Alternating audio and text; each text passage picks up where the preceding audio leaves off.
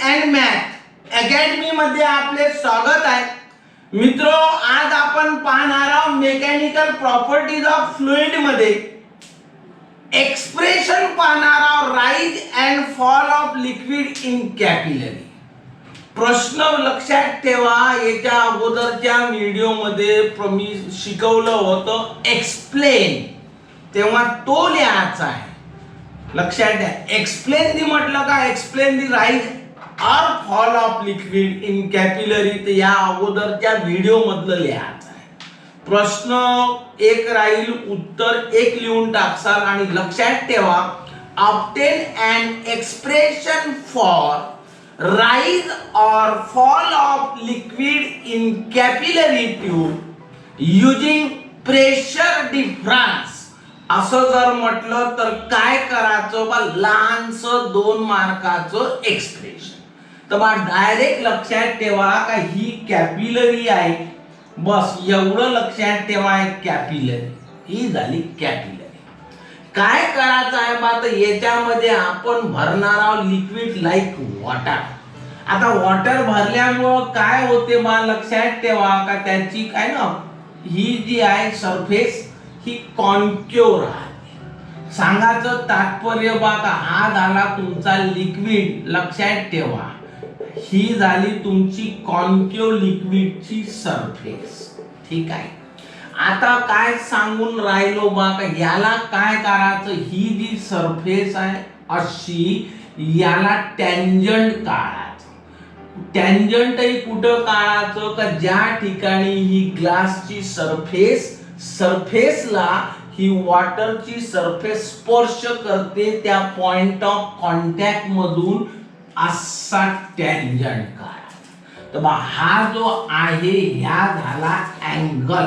लक्षात ठेवा तो आपण दाखवत असतो थीटानं. बोला. मग आता एवढं जर झालं असेल तर मला लक्षात ठेवा याचं डायरेक्ट एक्सप्रेशन वापरायचं आहे का बा, हा आहे ना हे असं दाखवायचं आहे. असं काऊन होते, का होते, सब पाहणार. तुमच्या मनात आलं पाहिजे का हे काय भानगड आहे, तर ते पण क्लिअर करतो. लक्षात ठेवा का हे पुन्हा इथं काढतो, बस याच्यावरच सर्व खेळ आहे. एवढा झाला या कॅपिलरीचा डायमीटर. तर मग अर्धी झाली याची रेडियस, तर हे अर्धी रेडियस दाखवली. ठीक आहे. तर ही रेडियस मी दाखवतो R. एक पॉइंट क्लिअर केला. आता ही जी कॉन्केव सरफेस आहे, ही जर आपण पूर्ण असं सर्कल दाखवलं असतं तर असा आला असता. ठीक आहे. तर या सरफेस आहे ना, तर बा हे याचा डायमीटर, तर हे झाली रेडियस. तर बा रेडियस तुम्हाला अशी दाखवता येईल, रेडियस तुम्हाला अशी पण दाखवता येईल. तर बा डोक्यामध्ये आलं पाहिजे का हा सेंटर झाला, हा वाढ. हे असं पूर्ण जेव्हा करू तर हा सेंटर येईल त्याचा, आणि या सेंटर पासून तर त्या आहे ना सर्कमफरन्स पर्यंत डिस्टन्स म्हणजे झाली रेडियस, आणि यालाच रेडियस ऑफ कर्वेचर असं म्हणतात. बोला. ठीक आहे. ह्या फक्त एवढं दाखवायचा, ह्या असा सर्कल तयार करायचा आहे ना, की ज्याचा हा राईट सेंटर, तर सेंटर पासून तर सर्कल पर्यंतची रेडियस त्याला म्हणतात रेडियस ऑफ कर्वेचर. मग आता एवढं जर झालं असेल मित्र हो, तर इथं लक्षात ठेवा इथं अँगल तयार झाला, तो दाखवतो मी थीटा. तर बा आपल्या डोक्यात काय आलं पाहिजे, आता समजलं. तर बा काय हा प्रश्न, obtain an expression for rise और fall of the liquid in capillary tube using pressure difference. तर हे आता याचं काहीच नाही, फक्त हे समजवण्यासाठी सांगलं होतं. तर बा सुरुवात करायची कशी बा, तर बा pressure due to the liquid column आहे ना, अक्षरशः वॉटर आहे. लक्षात ठेवा pressure due to the liquid column आहे ना, हा जो लिक्विड कॉलम आहे याच्यामुळे याचा असणारा प्रेशर. ठीक आहे. Of height h. डोक्यात बसवा, याची हाईट झाली h एवढी. Pressure due to the liquid column आहे ना, like water of height h must be equal to the pressure difference 2T upon R. What is T? T is the force of surface tension, R is the radius of curvature. आता लक्षात ठेवा का या liquid कॉलमचा pressure या liquid column मुळे तयार होणारा जो प्रेशर असतो तो किती असतो रे, तर तो असतो h रो g एवढा.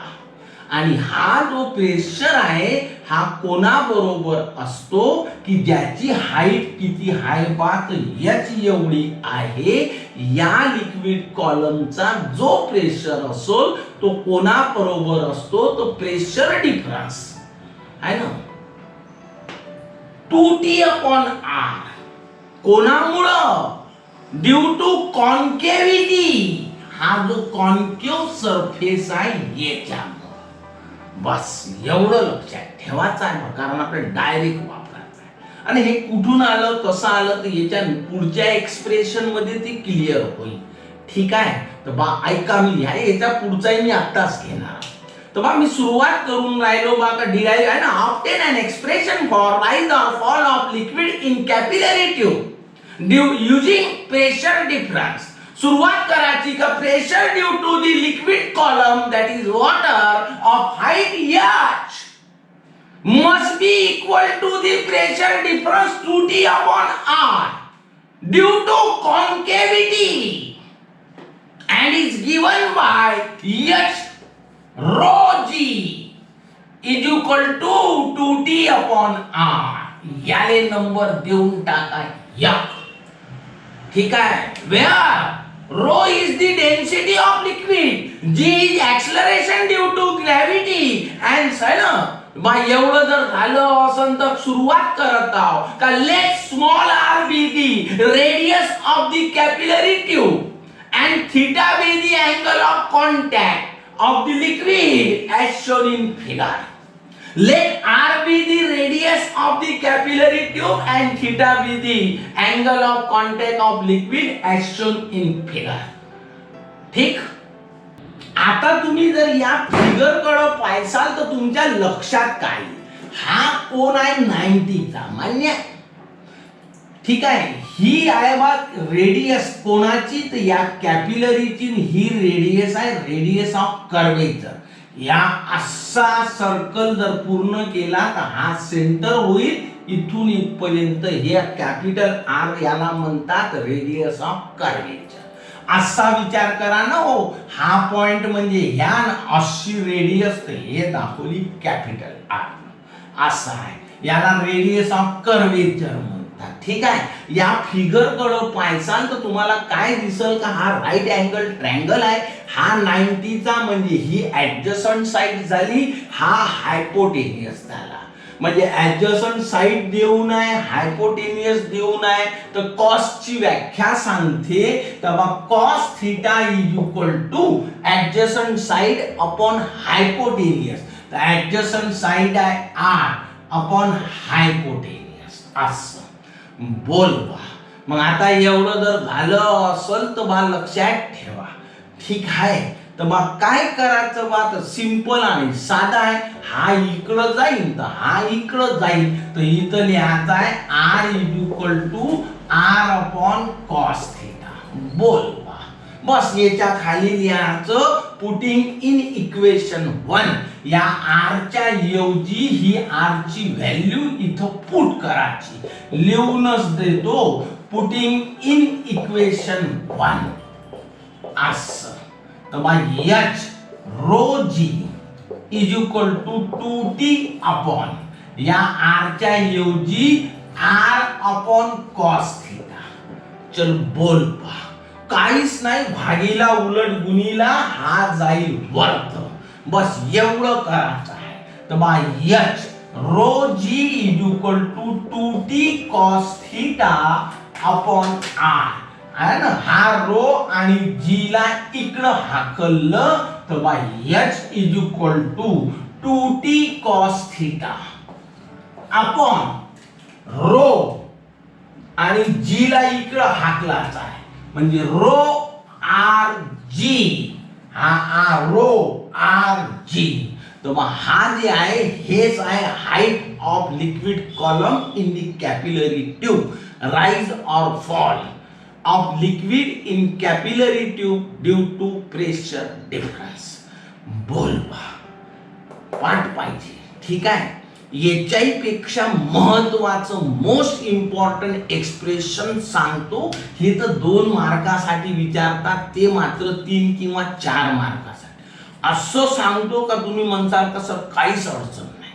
पहा, obtain an expression for rise of liquid in capillary tube. शब्द वापरला rise of liquid in capillary tube, आणि या अगोदरचा 2 मार्काचा होता rise of fall of liquid in capillary tube due to pressure difference. आता प्रश्न आहे, आपलं कन्फ्यूज झालं तर वांदे होऊन जायचे.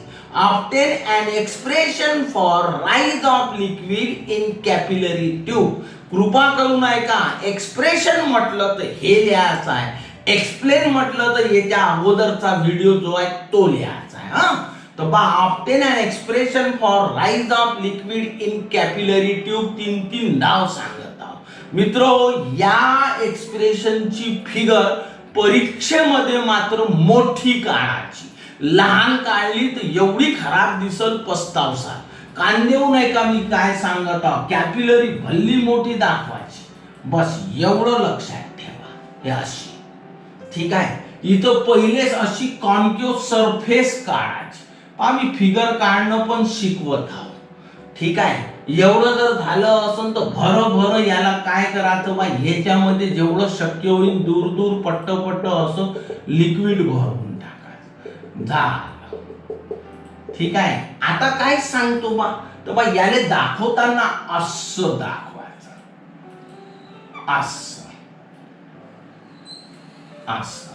इथं वॉल दाखवण्याची गरज नाही आहे, बस एवढं दाखवायचं आहे असं.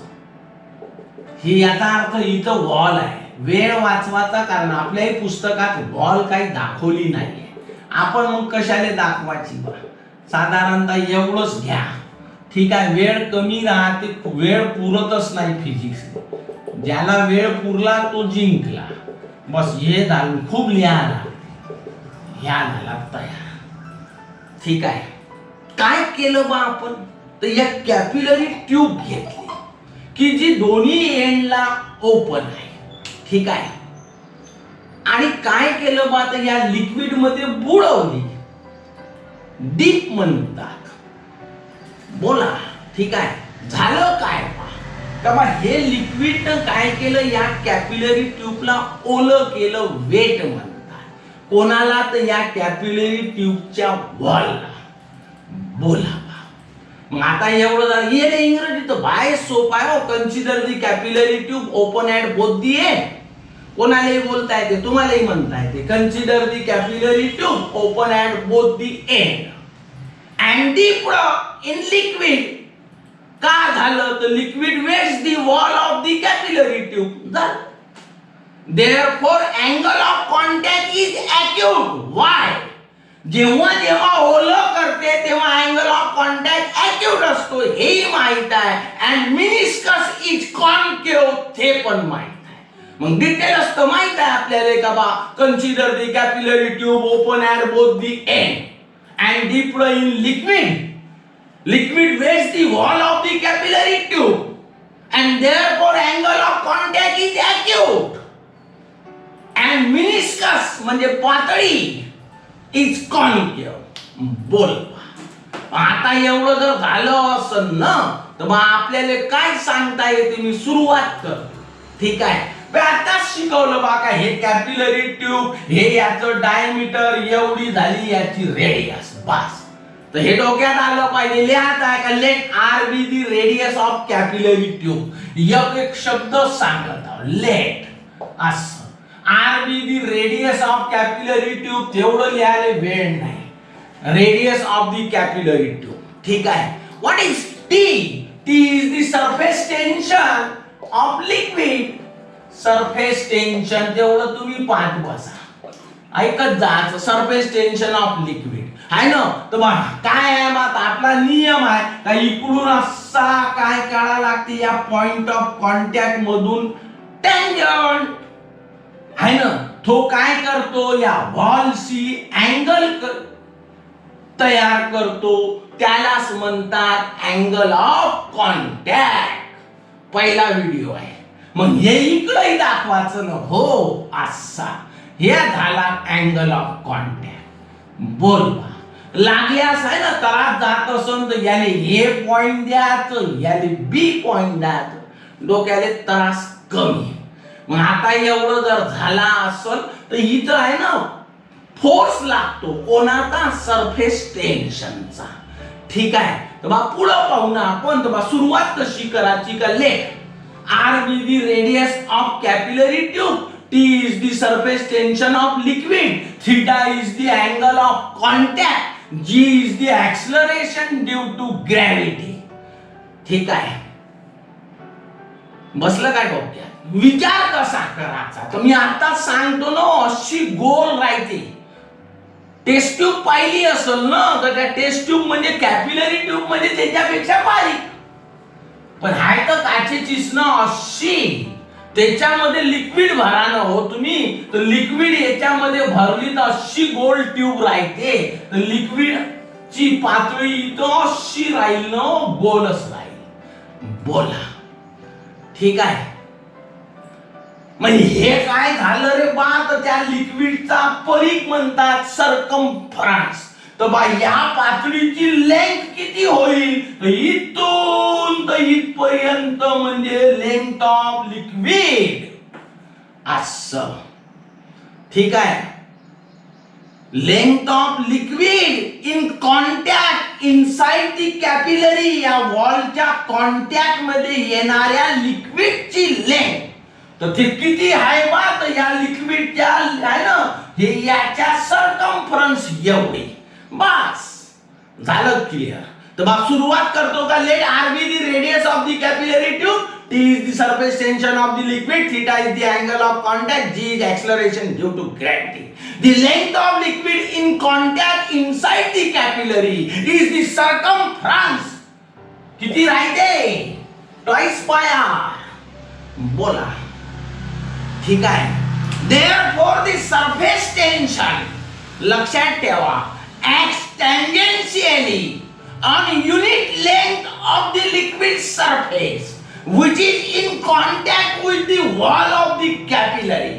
काय बोललो बा, या लिक्विडचा सरफेस टेन्शन आहे ना या असा काय करतो, हा झाला टँजंट. टँजन्शियली ऍक्ट होतो. ठीक आहे. टँजन्शियली ऍक्ट होतो कायच्या वर, युनिट लेंथ वर. एक एकक, युनिट म्हणजे एक एवढ्या लांबीवर ऍक्ट होणारा सरफेस टेन्शनचा फोर्स. आणि तो मी दाखवून राहिलो असा आहे ना. ह्या F म्हणजे फोर्स असा. कोणाचा, तर सरफेस टेन्शनचा. तर मला हेच म्हणायचं आहे का फोर्स ऑफ सरफेस टेन्शन. समजते? Force due to surface tension acts tangentially on unit length of the liquid surface in contact with the wall of the capillary tube. असं आहे. आता आपली गावरानी का बाई एका आंब्याची किंमत 2 रुपये, तर 10 आंब्याची किती रे बा, तर कोणी म्हणन 10 दोन्ही 20 ले महत्व नाही फिजिक्स मध्ये. एका आंब्याची किंमत 2 रुपये, तर 10 आंब्याची किती, तर 2 गुणिले 10 हे मानते फिजिक्स. 20 नाही मानत. बस एका युनिट वर ऍक्ट होणारा फोर्स किती रे बा, तर एवढा. एक एवढ्या लेंथ वर ऍक्ट होणारा फोर्स कोणाचा, सरफेस टेन्शनचा. किती रे बा, तर एवढा. तर एवढ्या लेंथ वर किती, आता शिकवलं एका आंब्याची किंमत 2 रुपये, तर एवढ्याची किती, तर दोघाचा गुणाकार. तर एका लेंथ वर ऍक्ट होणारा फोर्स एवढा, तर एवढ्या लेंथ वर ऍक्ट होणारा फोर्स किती, तर दोघाचा काय करा लागन रे बा, तर गुणाकार करायला. डन असं आहे. मग टोटल लेंथ एवढी आहे आणि म्हणून मी म्हटलं the force due to surface tension acts tangentially on unit length of the liquid surface which in contact with the wall of the capillary tube. Therefore, force due to surface tension acts total length twice pi r is Ft into twice pi r. सांग बाबा समजलं का नाही? पहा मग मी काय करतो बा याले इतकं वर्त मानतो बाकी काहीच नाही करत. हे आगाऊचं मिटवून टाकतो व्यवस्थित इथं वर्त लिहितो. ठीक आहे बा पाहून घ्या Ft into twice pi r एवढा फोर्स ऍक्ट झाला. ठीक आहे. आता काय बा तर हा जो फोर्स आहे हा रिझॉल्ट पहिल्या चॅप्टर मध्ये शिकवलं. रिझॉल्ट कोणताही फोर्स आहे रिझॉल्ट झाला का त्याचे दोन तुकडे पडते. शिकवलं जर पहिलेपासून ऐकत असाल तर या फोर्स रिझॉल्ट झाला आणि याचे दोन तुकडे पडले तर काहीच नाही हो. आणि एकाले कॉस लावाचा आणि दुसऱ्याले साइन लावाचा खूप डाव शिकवला. याले लावाचा कॉस थीटा आणि याले लावाचा एकाले लावाचा साइन थीटा. याला कॉम्पोनंट म्हणतात. ठीक आहे. तर मी दाखवतो का हा जो आहे नेहमी व्हर्टिकली अपवर्ड ऍक्ट होत असते. लक्षात ठेवा पहिल्या चॅप्टर पासून ऐका. आणि हा जो आहे हॉरिझॉन्टली ऍक्ट होतो. तर बा मी दाखवत हाव यावाला असा या झाला तुमचा व्हर्टिकली अपवर्ड डायरेक्शन न ऍक्ट होणारा कॉम्पोनंट. या दाखवून द्या ना असा असा Ft sin थीटा. एवढी तुमची डिटेल नाही आहे आकृती पुस्तकात आणि म्हणून ते डोक्यावरून जाते आणि ह्या दाखवलाच नाही. ह्यावाला इथं पण थेस राहील असा. ठीक आहे. काऊन नाही दाखवला तर त्याची कारण सांगतो ना मी. या असा टँजंट दाखवायचा ह्यावाला पूर्ण आकृती दाखवा. ॲक्युरेट सांगत आहो काही टेन्शनच घ्यायचं काम नाही. ह्यावाला दाखवा ना हॉरिझॉन्टल कारण कॉम्पोनंट एक नाही राहत. कॉम्पोनंट दोन्ही राहते एक व्हर्टिकली एक हॉरिझॉन्टली ऍक्ट होणार. हे झाला तुमचा तयार. ठीक आहे पा आणि हे काऊन नाही दाखवलं ते सांगणार आहोत. No problem. मग तुमच्या लक्षात येईल हे कम्प्लीट फिगर झाले म्हणून मोठी आकृती काढा. मी म्हटलं बाबा this force is result in two component Ft cos theta and Ft sin theta. Ft cos theta is acting vertically upward and Ft sin theta is acting horizontally. ठीक आहे. मग ह्या काऊन नाही दाखवला तर vertical component is effective. Horizontal component is not responsible for rise of liquid in the capillary tube. हे कारण आहे. या रिस्पॉन्सिबल नाही हे चढवण्यासाठी. हा इफेक्टिव्ह आहे कोणाला तर याच्या वेटला बॅलन्स करतो. हे त्याचं कारण आहे. मग आता एवढं जर झालं असेल तर बा लक्षात ठेवा काय बोललो बा तर vertical component upward component is effective. Horizontal component is not responsible for rise of capillary rise of liquid in the capillary. ठीक आहे. मग एवढं जर झालं असेल तर बा लक्षात ठेवा हा जो Ft cos थीटा आहे. ठीक आहे. हा जो फोर्स आहे व्हर्टिकल फोर्स तो टोटल किती होईल बा तर बा आपण फक्त हा या फोर्सचा विचार केला तर बा हा झाला पूर्ण फोर्स कोणता व्हर्टिकलचा. तर Ft एवढा आहे पूर्ण लेंथ. तर बा Ft cos theta into twice pi r. हे विचारात नव्हतं घेतलं ना पहिले फक्त यानेच रिझॉल्ट केलं. एकूण एवढा फोर्स आहे बोला. आणि ह्यावाला फोर्स कोणता आहे बा इथं दाखवून देतो कमाल लक्षात ठेवायचा आहे ना. टी कॉस थिटा या झाला सरफेस टेन्शनचा force T cos theta into twice pi R. हा फोर्स आहे तो व्हर्टिकली अपवर्ड आणि याच्यासाठी इथं वापरतो व्ही. व्ही चा अर्थ व्हर्टिकली अपवर्ड. बोल. ठीक आहे, बस झालं. आता तर लहान पोराचं आहे. ठीक आहे, हे जे आहे ना लिक्विड एवढं याच्यामध्ये आहे, या कॅपिलरी ट्यूब मध्ये एवढं त्याचं व्हॉल्यूम झालं. तर मग आपल्याला मानता येते का let V be the volume of liquid rise in the capillary. Let V be the volume of the liquid rise in the capillary. Liquid आहे ना, कॅपिलरी कशी आहे बा, सिलेंड्रिकल. तो व्हॉल्यूम कसा होणार आहे, V is equal to pi r square h. दहाव्या वर्गात शिकले 10 क्लास मध्ये.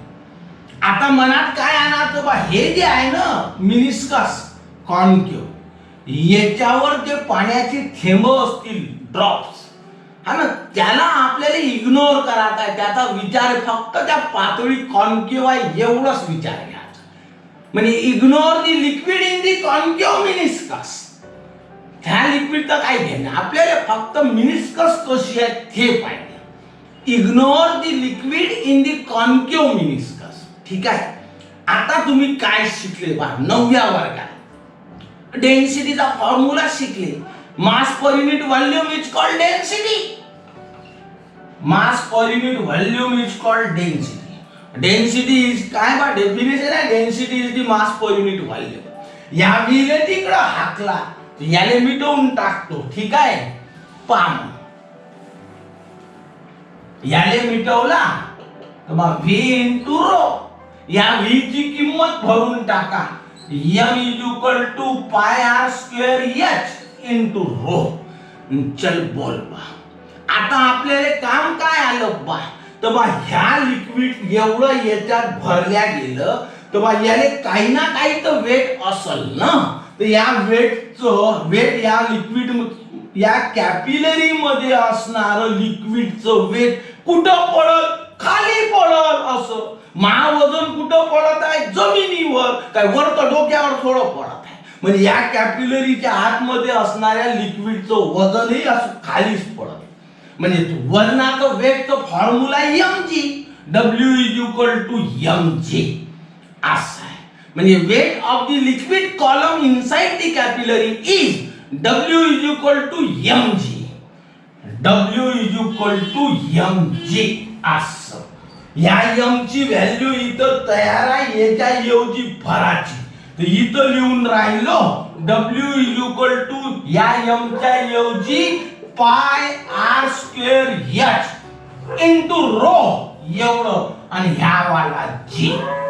बोला, ठीक आहे, ह्या वेट असा आहे आणि ह्या कॉम्पोनंट असा आहे. बोला, ठीक आहे. म्हणजे बघा, हा जर याच्यातून सांडत नाही लिक्विड, याचा अर्थ या कॉम्पोनंटनं या वेटला काय केलं असेल, बॅलेन्स केलं असेल. ह्या वरता अपोजिट, या खाली आहे. म्हणजे एकमेकाच्या अपोजिट आहे. ठीक आहे, पण हे सांडत नाही. काऊन तर यानं या एकमेकाला बॅलेन्स करत आहे. म्हणून म्हणायचं का this must be equal and opposite to the vertical component. ठीक आहे, of the force due to surface tension. Therefore, for equilibrium, balance झाले म्हणजे इक्विलिब्रियम झाले. फॉर इक्विलिब्रियम याले नंबर द्या ना 2 आणि याले नंबर देऊन टाका 1. For equilibrium. ठीक आहे, इक्वेशन 1 and 2 becomes equal.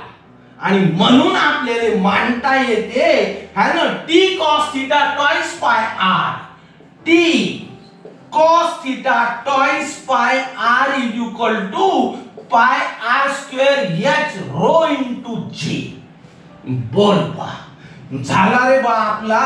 या पाय न या पाय कटला, ह्या एक r न ह्या एक r कटला. जमलं पाय. मग इथं 2 राहिला, इथं t राहिला, इथं cos राहिला. ठीक आहे, तर बा 2t आणि cos theta बरोबर. ह्या h लिहितो फक्त, याच्यातला एक r, ह्या रो आणि ह्या g. ठीक आहे, म्हणजे रो r g याले याच्या खाली हाकलतो.